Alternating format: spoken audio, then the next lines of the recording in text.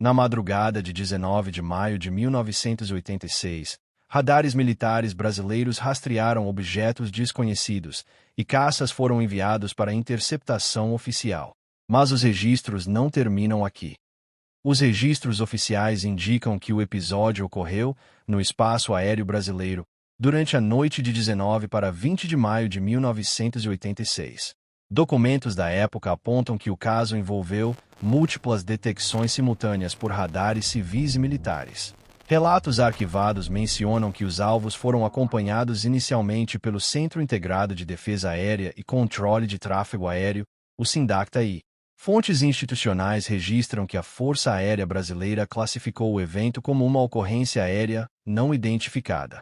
Os registros indicam que a situação evoluiu para uma operação real de interceptação, envolvendo aeronaves de caça em prontidão. É a partir desse ponto que os documentos começam a se acumular. Registros oficiais indicam que as primeiras detecções ocorreram pouco antes das 21 horas, quando operadores de radar identificaram alvos sem plano de voo. Documentos da época apontam que esses alvos apresentavam velocidades variáveis e mudanças bruscas de direção. Relatos arquivados mencionam que, inicialmente, considerou-se a possibilidade de interferência técnica ou tráfego aéreo irregular. Fontes institucionais registram que, após a confirmação simultânea em diferentes radares, o comando aéreo elevou o nível de atenção. Os registros indicam que caças Mirage terceira, baseados em Anápolis, foram colocados em prontidão para decolagem. Documentos da época apontam que, ao longo da noite, novos contatos surgiram em regiões distintas do espaço aéreo. Relatos arquivados mencionam que algumas dessas detecções coincidiam com observações visuais feitas por pilotos e controladores. Fontes institucionais registram que as aeronaves de interceptação foram autorizadas a decolar e tentar a aproximação dos alvos. Os registros indicam que, durante as tentativas de interceptação, os objetos alteravam comportamento ao serem acompanhados. Documentos da época apontam que o monitoramento se estendeu por várias horas, até a madrugada seguinte. Mas essa sequência apresenta lacunas. Registros oficiais indicam divergências quanto ao número exato de alvos detectados naquela noite. Documentos da época apontam que alguns relatórios mencionam 3 contatos principais, enquanto outros registram mais de uma dezena. Relatos arquivados mencionam diferenças na descrição das velocidades atribuídas aos objetos. Fontes institucionais registram que certos radares indicaram acelerações incompatíveis com aeronaves conhecidas, enquanto outros não confirmaram esses dados. Os registros indicam que houve discrepâncias entre horários anotados por unidades distintas de controle aéreo. Documentos da época apontam que parte das gravações de radar não foi preservada integralmente nos arquivos públicos.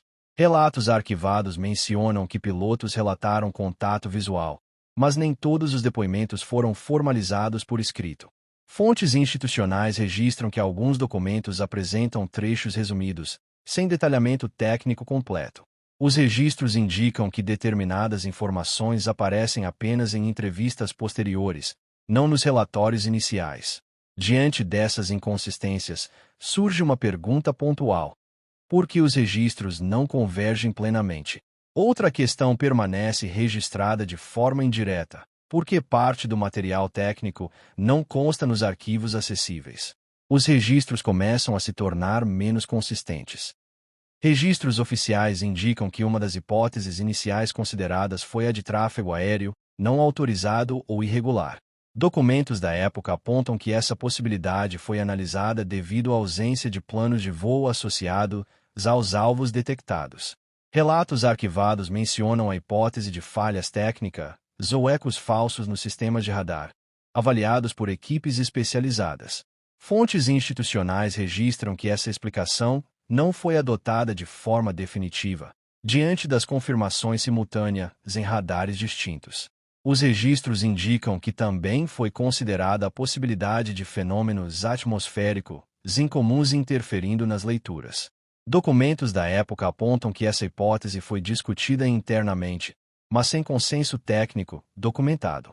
Relatos arquivados mencionam ainda a análise de possíveis exercícios militares não comunicados formalmente.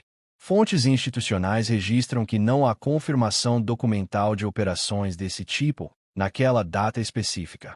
Os registros indicam que nenhuma das hipóteses registradas foi oficialmente validada como explicação conclusiva para o conjunto de eventos.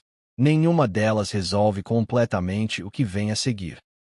Registros oficiais indicam que parte dos relatórios técnicos produzidos naquela noite não está disponível em acervos públicos. Documentos da época apontam que algumas análises foram classificadas internamente e não receberam divulgação integral. Relatos arquivados mencionam que gravações completas de radar não constam nos arquivos posteriormente liberados. Fontes institucionais registram que determinados relatórios foram encerrados sem anexos técnicos detalhados. Os registros indicam que não há documentação pública que consolide todas as detecções em um único relatório final. Documentos da época apontam que depoimentos de controladores e pilotos foram tratados de forma resumida. Relatos arquivados mencionam que certas informações surgem apenas em declarações posteriores, fora do contexto dos registros operacionais originais. Fontes institucionais registram que não há esclarecimento formal sobre o destino de parte do material técnico coletado. Os registros indicam que o caso foi oficialmente encerrado, sem uma explicação conclusiva registrada nos arquivos acessíveis. É nesse ponto que os registros atingem seu limite. Registros oficiais indicam que, durante as tentativas de interceptação, alguns alvos apresentaram comportamento considerado não convencional. Documentos da época apontam que pilotos relataram dificuldade em manter contato estável, mesmo com aproximação direta.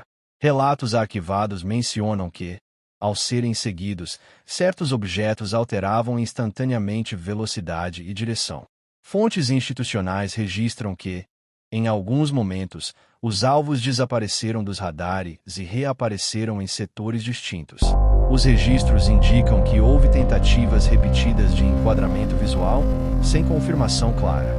Documentos da época apontam que os objetos não responderam a procedimentos padrão de comunicação aérea. Relatos arquivados mencionam que controladores observaram correlação entre manobras dos caças e mudanças de comportamento dos alvos. Fontes institucionais registram que não houve registro de colisão, pouso ou identificação posterior dos objetos. Os registros indicam que, após horas de acompanhamento, os contatos cessaram sem registro de saída do espaço aéreo monitorado. E não há nenhum documento que esclareça isso. Registros oficiais indicam que o episódio de 19 de maio de 1986 permanece classificado como uma ocorrência aérea não identificada. Documentos da época apontam que não houve revisão pública conclusiva após o encerramento dos relatórios iniciais. Relatos arquivados mencionam que o caso passou a integrar acervos históricos da Força Aérea Brasileira. Fontes institucionais registram que, ao longo dos anos, partes dos documentos foram tornadas acessíveis, enquanto outras permaneceram ausentes. Os registros indicam que não existe, nos arquivos públicos, uma explicação técnica final para o conjunto dos eventos.